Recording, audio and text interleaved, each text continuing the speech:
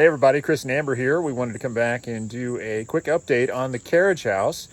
Our crew is back making some progress on our siding, which is really exciting. We finally have electricity hooked up. Yay, it only took like 6 months. Oh, what a story that is. I have to fill you in on the details there. But let's take a quick look at the carriage house so you guys can kind of get a progress update on the whole thing. So speaking of electricity, there you can see our pad mounted transformer. Now this thing was here when the old house was here. If you go back and look at some of the early videos, there's some labeled guest house demolition. We still haven't put out the actual videos for the demolition of the guest house, honey. Need to work on that. But yeah, if you go back and look at those, the house that used to sit here had this transformer hooked up to it, and it had underground utility service.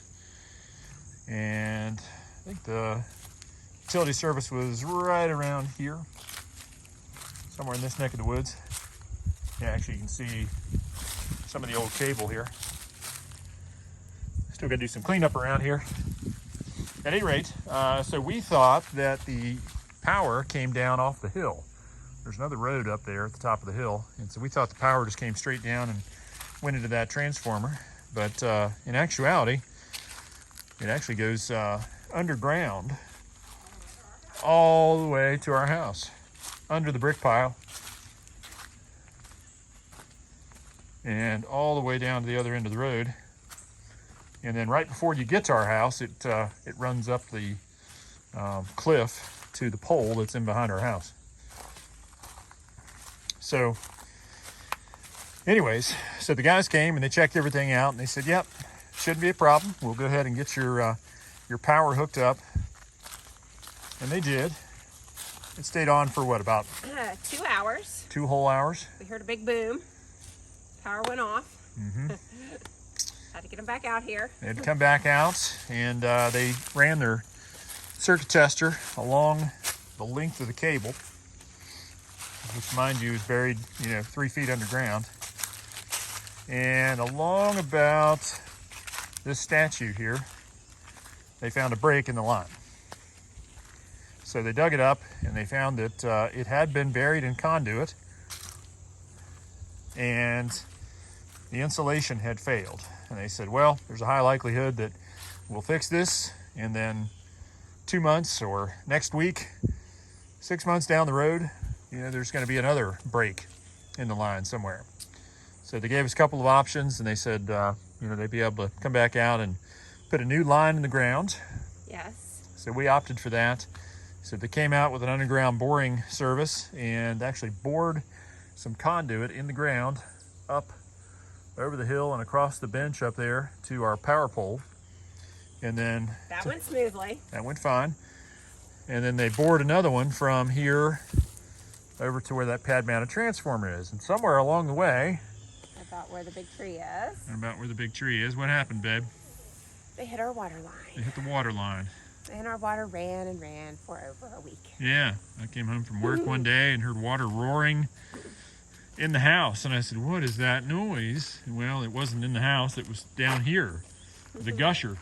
And water was pouring out in the ditch over here, and we knew we had a problem. But we didn't know where it was. Didn't know where it was, so they dug and dug and dug all down through here. Finally found over by the base of the big tree where the line for the garage had been teed in at some point, or the house, I should say. It wasn't for the garage, but the line had been teed in at some point right about there.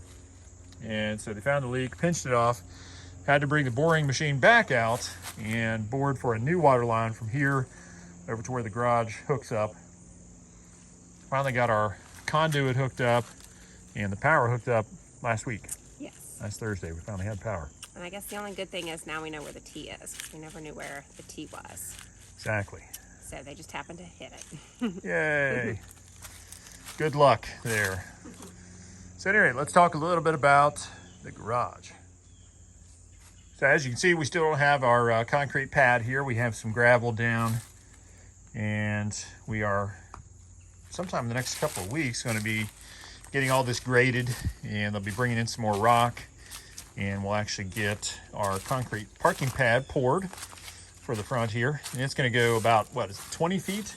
25 feet? 24 feet that way. 24 feet. And edge to edge Yeah. this way.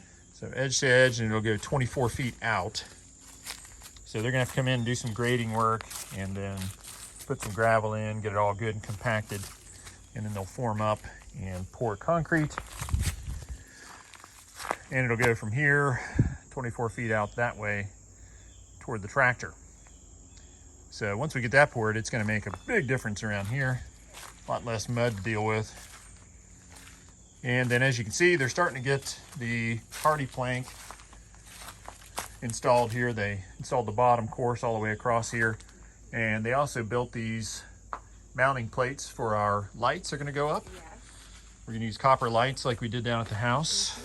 And they're going to look amazing. We have 5, 4 for here and 1 around the corner at the door. So they built those using pressure treated plywood and then wrapped them in coil stock.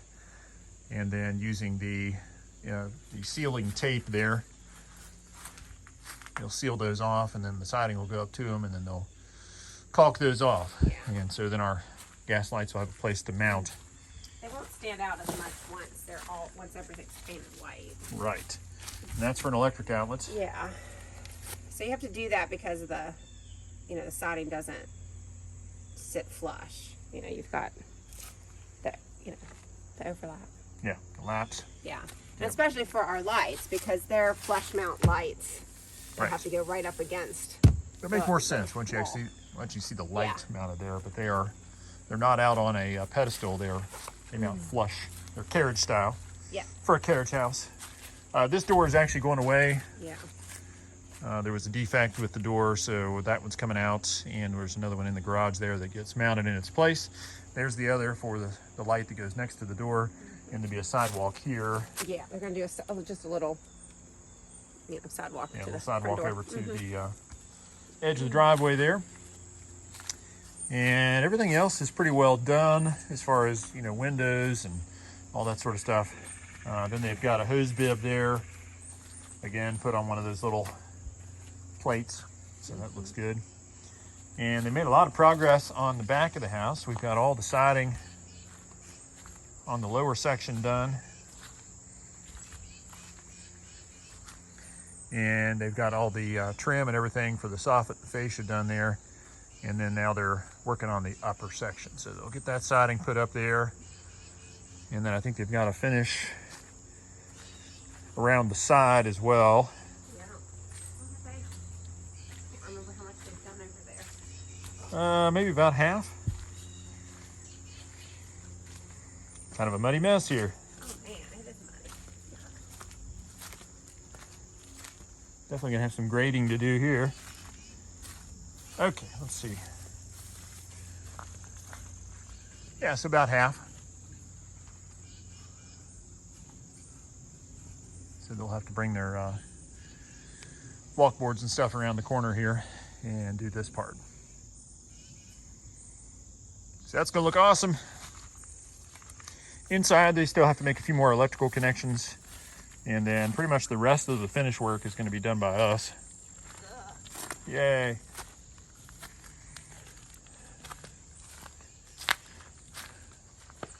So it's gonna be awesome. Right, babe? Yes, it is. You excited? I am. Me too. We've already talked about how we're gonna decorate it for Christmas.